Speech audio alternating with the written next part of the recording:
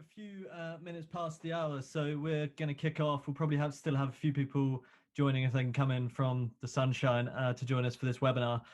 So welcome to everyone to this, the fourth in our series of responding to lockdown for the Event Creators Collective. Yeah, we set the Event Creators Collective up here at Ticket Tailor to provide a forum for event organizers all around the world to share their experiences, share their kind of questions and concerns during this period, but also in the months beyond as things start looking like they're getting a bit back to normal.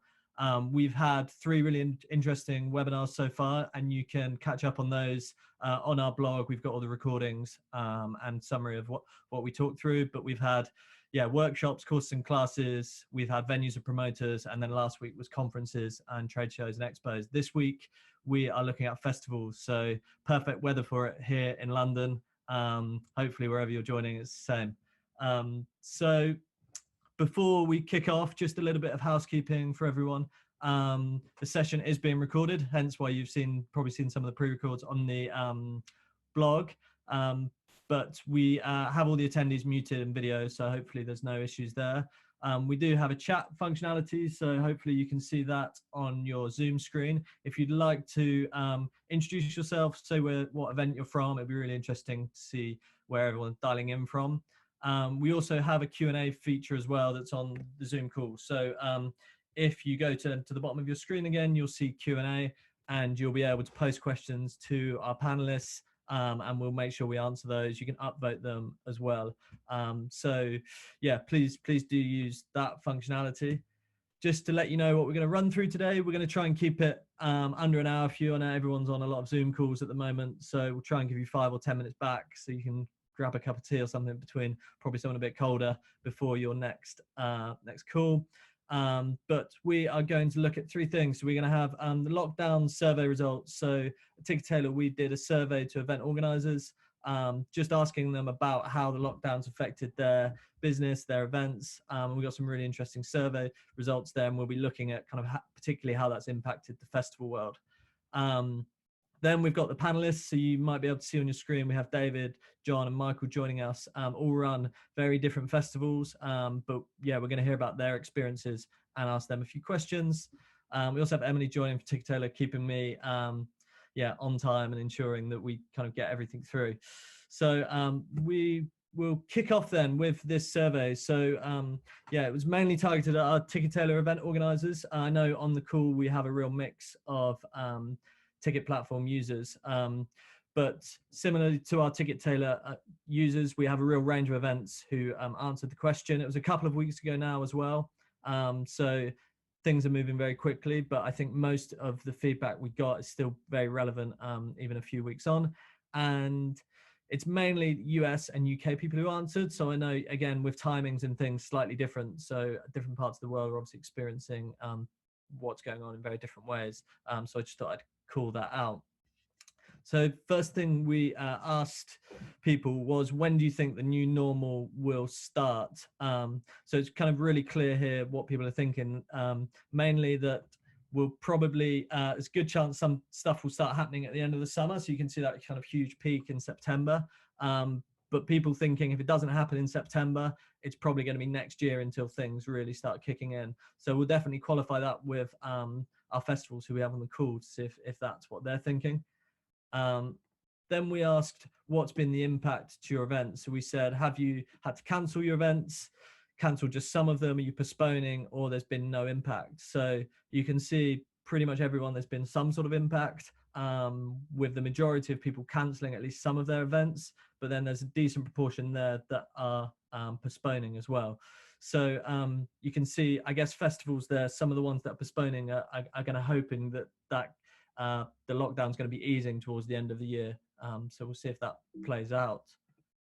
Then we said, what are you doing in the meantime? So different events are managing to kind of react differently. So some people are running things that are not events and managing to kind of pivot their business into other things, maybe into actual products.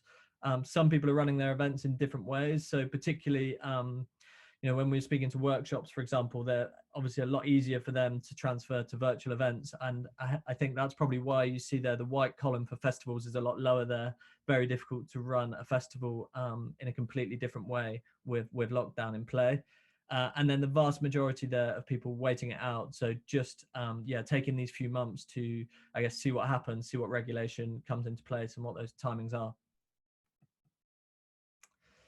And then we asked this quite general question, you know, lots of talks that things will be very different when lockdown finishes. And we just wanted to qualify that with event organizers to see if that's their experiences. And yeah, more often than not, it looks like people are thinking things are going to be very different. Obviously, the extent of that is unclear, but festivals, they're slightly more optimistic, with nearly 25% saying things will probably go back to some sort of normality next year. Then the final thing we did is a bit more of an open question around how you're preparing for the new normal, how can we support, and what do you think are the big questions that people are asking? So the first thing that I think a lot of people had concerns and questions around was the details of this transition back into events happening. So whether that's the duration of them, so how long is it until kind of large events happen? So particularly for the festival world, you know, looking at that number in every country is going to be really crucial. Less so probably for your workshops, which are obviously smaller. Then also, yeah, what regulations are going to be around that as well? So is there going to be particular equipment or yeah, operations and processes you have to put in place around the event before you can open? That leads on to safety as well. So obviously a huge concern for everyone running events of any size is safety of your staff and attendees. So is there specific equipment that the event industry is going to have to start procuring in order to put events on? What's that going to look like? Then finally, spending power. So I think we'll probably touch on this later with the festivals, but obviously huge impacts on the economies around the world. What's that going to look like when events start happening again, and what's that effect going to have on pricing? So, you know, will we have to put lower prices to accommodate the fact that people have been hit financially, or will people who are going to events kind of be really ready and looking forward to go to events? And that kind of leads on to consumer confidence as well. So, you know, when the doors start opening again, how likely are people going to be comfortable to be in big events? Particularly, I guess it depends on who your target audience is. So if you're targeting elderly and vulnerable people, what's going to be the impact there? Are they going to start coming out when governments say so? Or are they going to kind of want to leave a longer time until they actually start attending events again? Then the final thing we were hearing quite a lot from event organizers, and I know Ticketed have been considering this quite a lot, is what we've kind of termed as fragmentation. So, you know, events, people talking about their events taking a kind of a more local angle, potentially happening more frequent, smaller and lower capacity. So you might still have 10,000 people through the doors in a year, but are you running 10 different events as opposed to one event? Or, you know, if you're a workshop, instead of running one a day, you're running 5 a day. So that's something that seems to be quite consistent across a lot of events, and I guess we'll see if how that kind of sits with the festival world in a moment.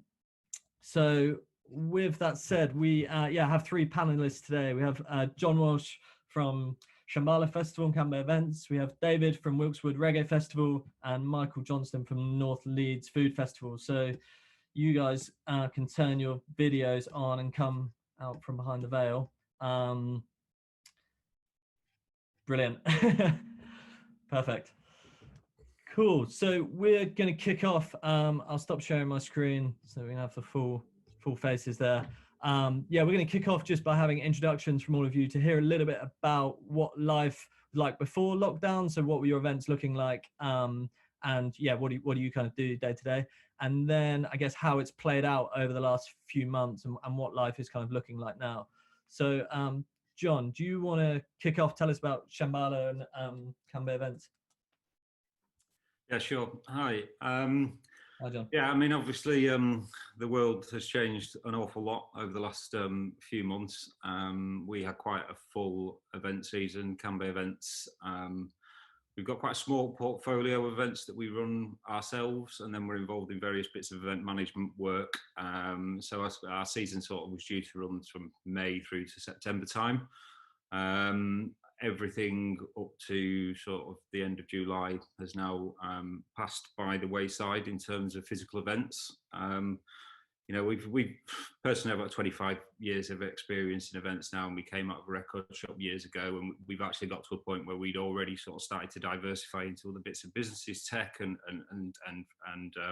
manufacturing businesses, and so we've already got a little bit of a pivot. So there's some activity continuing, but as you mentioned, Shambhala Festival in the UK is our main one. It's not cancelled as yet, but it's the flame is flickering.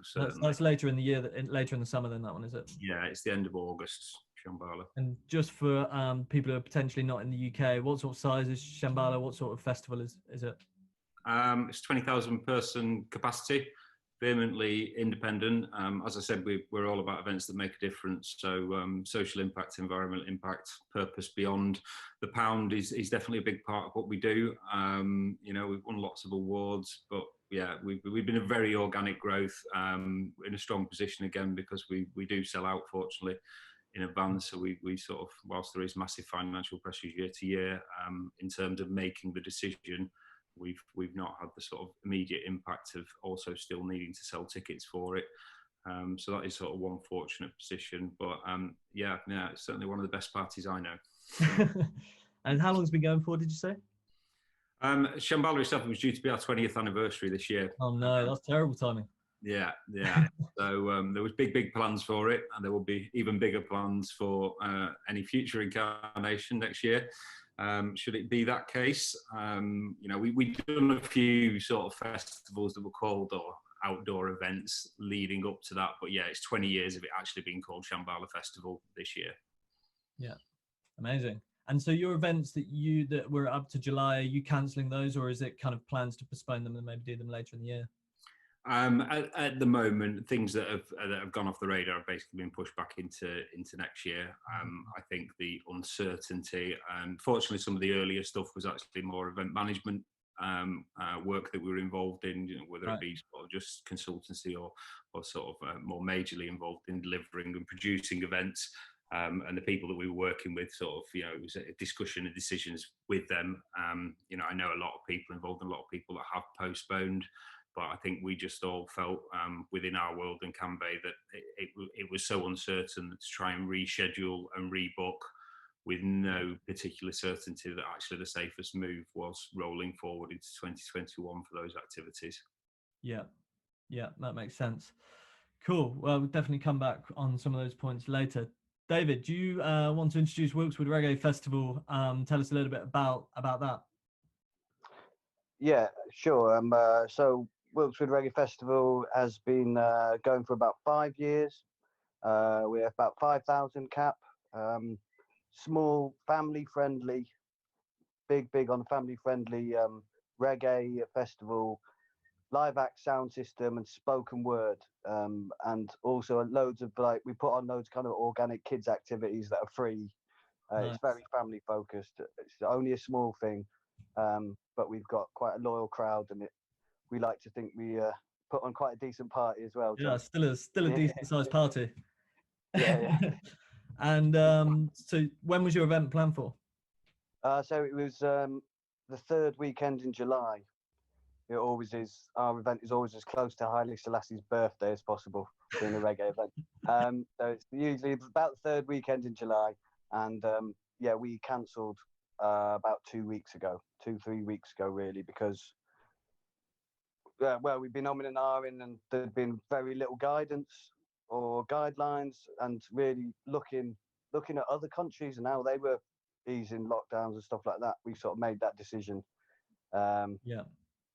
Yeah, about 2-3 weeks. Well, made the decision about a month ago, and then it took quite a lot of work to reschedule everything, rebook all the acts in for the next year. So that's and you're planning on 2021 as well, similar to John? Yeah, we've got all the same acts booked again for the same weekend. Well, it's 1 day out, obviously. But yeah, we spent a lot of time trying to do that, because we wanted people to roll over the tickets and come again. Okay. Nice. So you offered people the opportunity to postpone effectively their ticket and move it over to the 2021 festival. Yeah, yeah, and we also extended it to 2022, and we put in a small refund policy. Okay. That although we're not, it's not in the terms and conditions, but we put in a small period of time where people, if they were really hard up in those first, few days, it's still running now, but obviously we're not going to extend it for ages You but need to understand what your situation. we're not in a great financial. I've just watched my whole livelihood go because I'm also playing a band, keyboards in a band, and DJ and things like that. So a lot of everything I've been doing has kind of put on hold. Yeah, and we'll definitely talk about that. The whole ecosystem of the festival world. It's more than just kind of the tickets on the door on the day, right? There's a whole industry around it. Absolutely, and you've got people working in different. I myself, I know a lot of other people. They diversify. Do you know what I mean? So people will run festivals, but work on the festivals, or perhaps give guidance on health and safety as part of the job, or Yeah. You generally have, like, most of the qualifications. If you're running a festival, you've got lit rigging and all sorts of different qualifications, so you can turn your hand to that. But it's all based around this industry, really. Yeah. And in terms of people asking for refunds, what sort of percentage has that been so far? Just interested. Percentage wise, it's probably, I don't know, not even 1%. Okay, wow. So most people have just rolled them over. That's brilliant. But yeah, we've got we've got an awfully loyal crowd, and we probably sell half of the tickets the week after the first event for next year. On the basis of nothing, because it's a family thing and it's multi-generational, and people, we put a lot of love into it. You can get a very loyal fan base with festivals, isn't it? People kind of, it's really part of their identity, and they'll kind of go year in, year out, whatever happens. That's great. Cool. Thanks, David. So Michael, we've had 2 music festivals. Yours is a little bit different. Do you want to give us a bit of an introduction into what you guys do? Yeah, so I'm Michael from the North Leeds Food Festival. We run large-scale food and drink festivals in the north of England. At Roundhay Park, which is in Leeds, we've expanded to Ilkley, which is a town outside of Leeds, and Harrogate as well. So in the past 5 years, we've gone from one festival to, we had 5 different dates booked in for this year, all across the summer. So we had a couple in May, one at the start of June, one at the start of July, and one at the end of August. Those were the 5. Yeah. Obviously, we had planned for all of these events and kind of got things booked in for all of these events. And then kind of, we went through a bit, I guess a lot of people did the same kind of thing. They saw the pandemic on the radar, but kind of were in denial about it for a while. Yeah. And it wasn't until kind of start of March where it was like, I basically got an Excel spreadsheet, and I basically got the UK's data and Italy's data and combined the two, and basically just saw that we were definitely going to be going into a lockdown by this date. And at that point, all we knew at that point was like we would be going into a lockdown. So we basically shuffled a few dates until later in the year, just because we could. I think it's a bit more flexible being a food and drink festival with like kind of local musicians, as opposed to like having big artists, big production costs. It's a bit more flexible in that regard. So we shuffled a couple, and then obviously since then it's looked a little bit more bleak, and we've cancelled the event in June.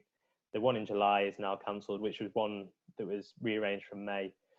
Right. And we've still got 3 more scheduled in. However, not really feeling optimistic about those ones. Right. So yeah, it's been an interesting few months. Yeah. And so what's your largest event again? You have... So the North Leeds Food Festival is the most well-established event. So that was going to its 5th year, and that it's usually between 10 and 20,000 over 2 days.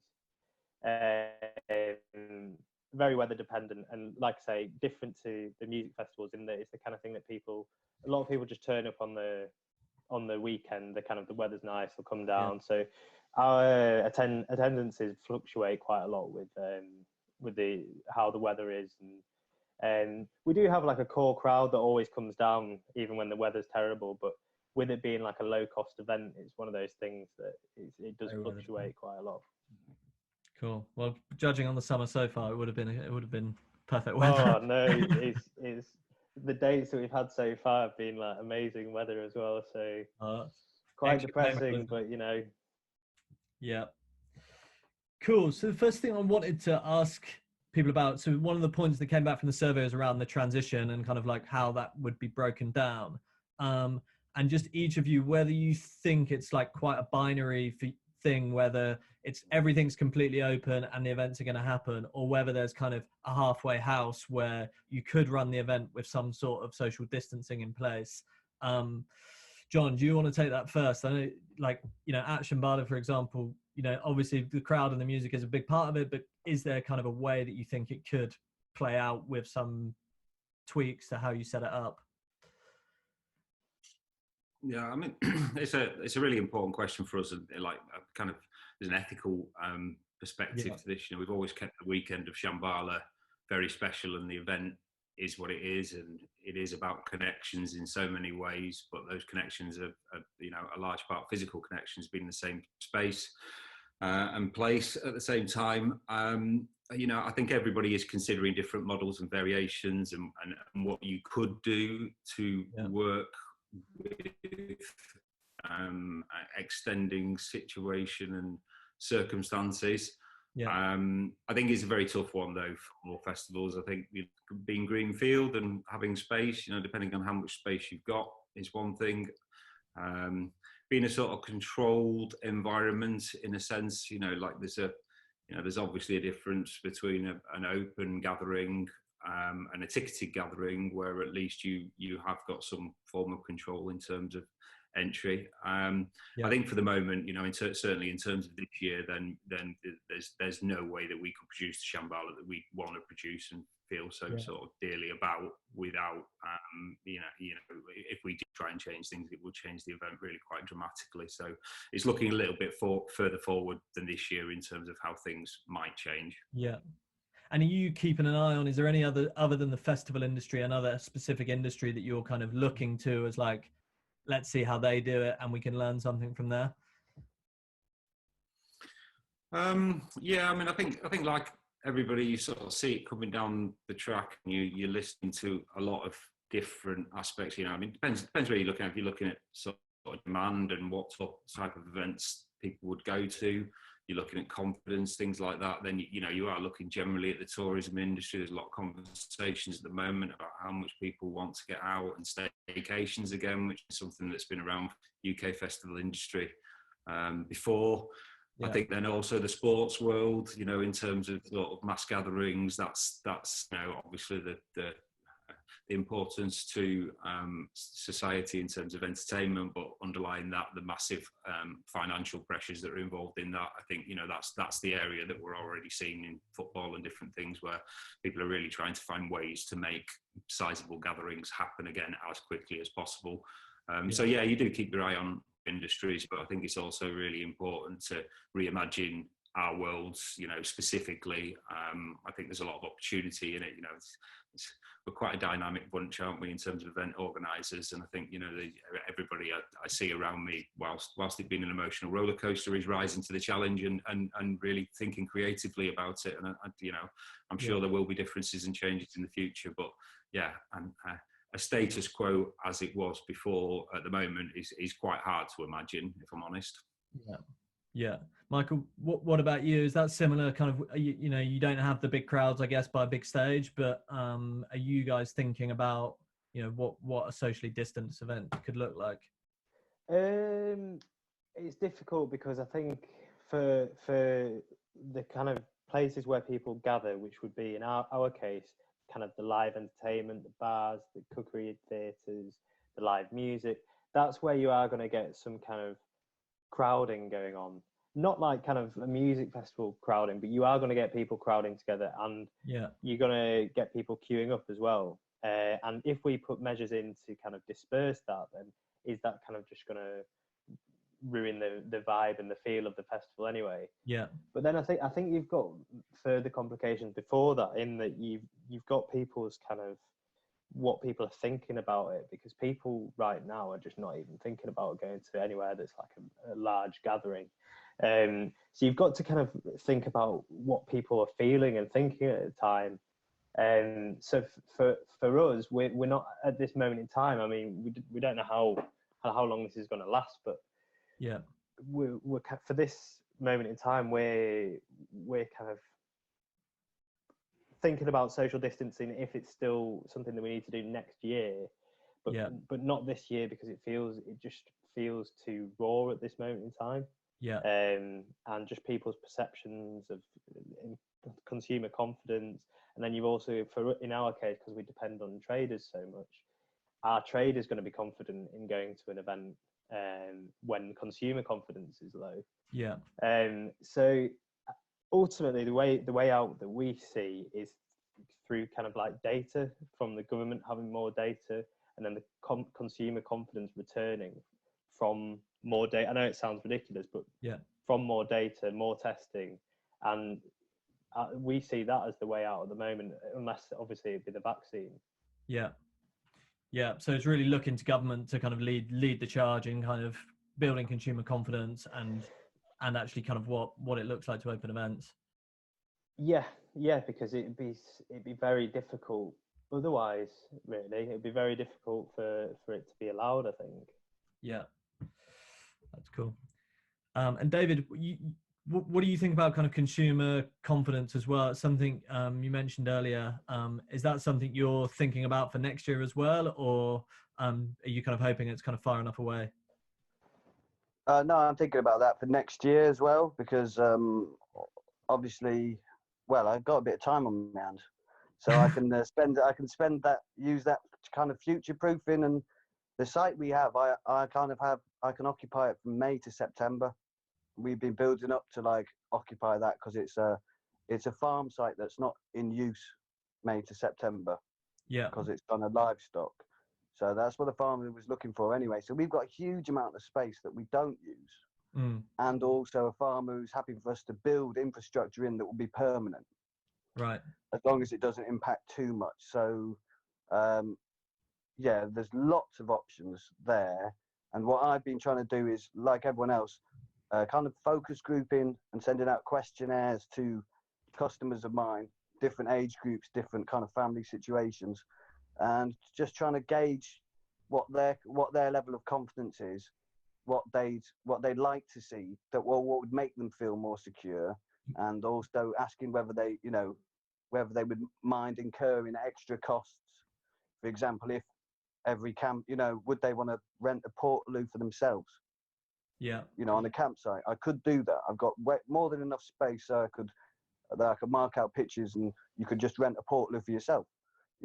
Very simple things like that with like a combination lock. But I would have to, that cost would have to go to the customer. Yeah. Because that would, I can't provide toilet. There's things like that. What are you hearing back? What are you hearing back from people from those kind of questions and surveys? I'm hearing people would love to go to festivals. They don't feel very secure there, and they would be happy to like pay more if the costs were they felt made them feel more secure and more safe on the site. That's what I've heard. People want to come. They desperately want to come, but they just got so many questions. So I'm trying to provide things that when I do get started, I can say to, like, here's a full document. Here's how you use the toilets. Here's how you do this. Here's how you do that. So I feel like we're going to have to walk everyone through exactly what's going to happen on site for them to really go, okay, they've thought about it. Go to that. Yeah. Cool. It's interesting. And we've got our first question, in which leads on nice words. You've actually basically answered it. You've predicted it coming in. But if anyone else has questions, then please do, shoot them onto the Q&A feature at the bottom, and we'll try and answer them. But I'll pass this one over to John as well. Seeing as I guess large event, I imagine getting toilets and restroom facilities in is kind of probably takes up more of your time than you'd like it to. But is that something that you're kind of been thinking about as well? Is like, how do you make that safe? So yeah, this question is one of the things that organisers are not talking about much, but should, is public restroom facilities at large events. I think the prospect of using these facilities is scarier for patrons than attending the actual event itself. So yeah, very specific, but it's quite an interesting one, I guess, when you think about kind of like the more dangerous spots of a festival. Yeah, absolutely. And, I think, I think, to be honest, most organisers will be the services and the infrastructure behind the scenes. Like, it's, I think it's something that's been very important to us over the years in terms of that, exactly what's in the question about people feeling comfortable. I think part of our sort of success has been providing as well as as well as we possibly can in terms of welfare for people. This is a challenge that, if you think about any event site or any event, it's where are those pinch points where traditionally many people would pass through the same point. And, I think you can start right from the gates to entrance gates to a festival and searches and that point all the way through to services. And, we're certainly actively thinking about approaches to this in terms of facilities. You've obviously got kind of like, as David was suggesting, if you've got the space, and I think kind of at lower level, you can kind of have sort of bespoke services for people. Apart from that, you're looking at kind of really upping the ante in terms of attending to those services. I would foresee anybody trying to do anything like in the short term that, after each and every use, whether it be showers, toilets, whatever it may be, that those services would have to be cleaned down ahead of the next person using them. So, it's a really, really good question. It's the sort of question that I do think a lot of people are thinking about really actively, and whether or not there'll be changes to even the infrastructure that is available to rent and hire because of the increased need. I think there'll be a lot of development over the next 6 months. That's interesting. Yeah, we on the venues and promoters calls, I guess that's one of the benefits that festivals has, in that you have kind of control over the layout of the site. The venues were really worried in terms of those pinch points of like, how can you do any sort of social distancing if, there's a small corridor to get through to the toilet, whatever it is, very difficult to add that. But yeah. David, do you have something to add there? Yeah, I just wanted to come into, because one of the reasons why I didn't reschedule till later in the year is because of so many people rescheduling. The demand for toilets and generators and stuff like that is going to push the prices through the roof. See how many people are like, you know what I mean? Like a lot of people rescheduling, all aiming for that end of the summer, September, and that's what I worry that the prices will have to go through the roof, or you just won't be able to get. You won't be able to. That was one of the reasons why I cancelled like early on, because I thought even if I could do it, I'm going to incur a lot more costs because of the extra demand that I think will be around that sort of time. I think that's quite interesting. You've seen some of the kind of bigger kind of festival, the Live Nations of this world try and squeeze a lot of their sold out shows into October, November. Whereas it being kind of distributed over the whole summer, now kind of October is going to be the biggest festival month potentially. Things open on record, which would be interesting. So I just want to move on to kind of like what the kind of future might look like more generally. And we spoke a lot in the previous sessions about kind of obviously virtual and online hybrid events have been spoken about. Like, do any of you kind of have opinions on that? I know it kind of depends on the festival size and things, but is there a way that, will you be streaming your events more, whereas before you maybe wouldn't have even ever considered doing that because it's about the kind of live event? John, is that something you guys would think about, or is it very much the kind of in person for you? No, I think, it's something that's been on our radar for a while in terms of, I suppose from the basis of we've got a sold out show and we really, we don't want to grow the event to be hundreds of thousands of people. We think the intimacy plays a big part of it, but also does the live experience. So there's always been questions around sort of transmitting and reaching further and, globally, and, with the advancement and development in tech, it's something that we've certainly been working alongside. We've developed our own independent applications so that we can be ethical with the use of data and, you know, putting anonymity at the fore and a sort of zero data perspective. So definitely for us, streaming content. And I think at the moment as well, we're thinking a lot about how do we support like everybody that is involved in this. It's like, you know, in a sense, I feel very lucky to be an event organizer, you know, whether it's artists and performers or food traders, or, you know, actually the options are maybe kind of more limited. So, you know, certainly in terms of artistic output, it's what can we do? We know we have audiences for our events that want to consume the content, and it's almost presenting that as a new form of content, as an add-on to the main sort of physical event. So yeah, it's definitely a conversation that's very live for us.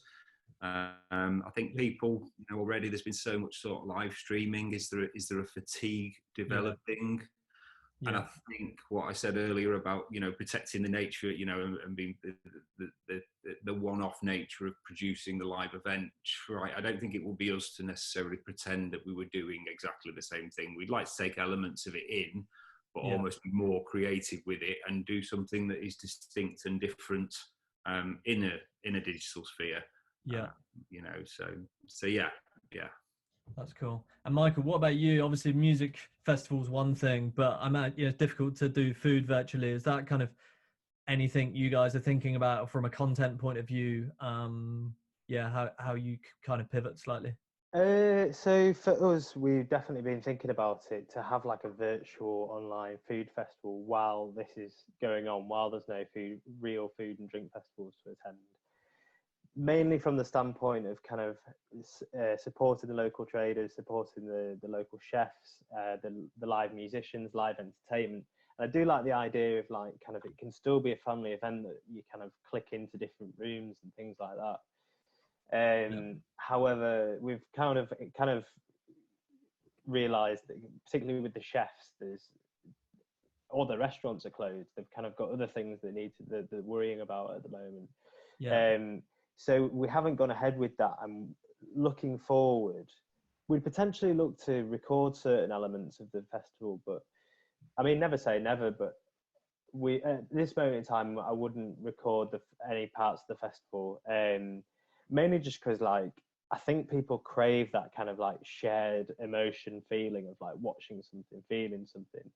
And similar to what John was saying, like when the lockdown first occurred, I mean, in my group, I noticed a huge surge in like online DJ sets and online live music and streaming, and loads of people are loving it. Loads of people commenting on it. Loads of people like were kind of, you could tell people were just craving for that like shared feeling and like commenting on the music, and like it was almost that same emotion that you do get at a festival. But I think when physical festivals were around, I don't think that has priority, the kind of online streaming experience. I think the physical festival will always have priority over that. So from our point of view, we'd love to do a virtual like online festival, and maybe we could this winter, if we're still in a rocky situation, we could do one this winter. Because I think it is important to give people that kind of like shared emotion.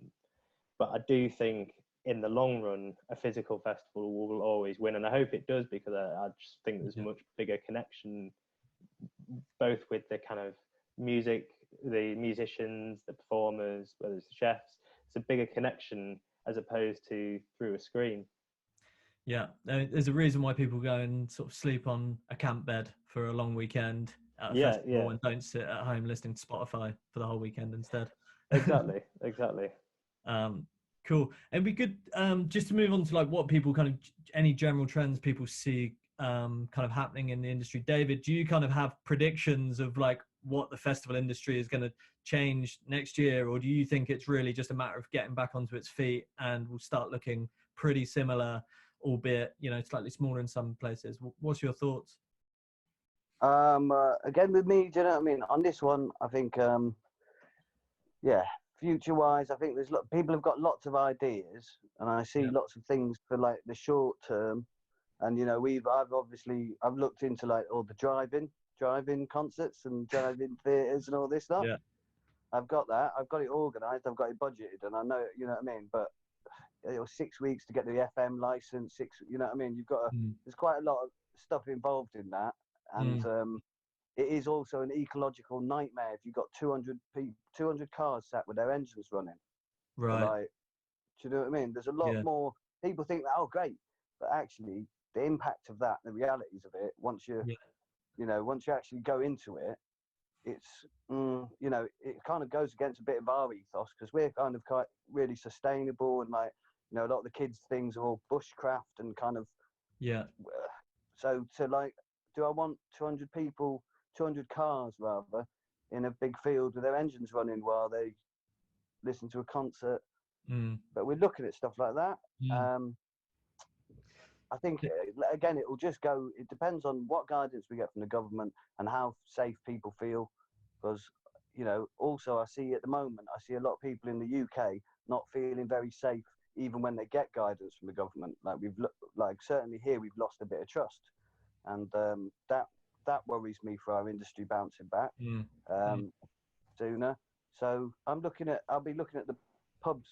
I'll be looking at pubs and bars and how they reopen, and see if people go there, because that's also the problem, is people being inebriated, people, and then not so easy to control, or scarier to other people, or and I see that in my daily walks, certain people get too close to other people, and you can see the looks of fear, because some people, everyone's taking different approaches, aren't they?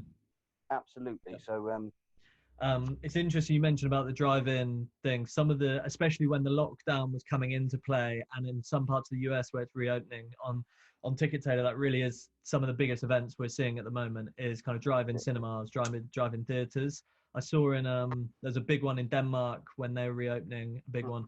I must admit, for the gigs, it doesn't look like quite the same atmosphere. But maybe for a cinema it would work. I'm not sure. No, I'll tell you something as well with that. Like, I don't think anyone's got a license yet in the UK, and who would have thought all the sound hire people are desperately trying to get their hands on FM broadcasters, because that'll be the biggest hire for them. Yeah. So jump back in technology as well, John, what about you? Do you kind of have any kind of overarching predictions for next year of things might change? Maybe not just with your festival, but the industry at large.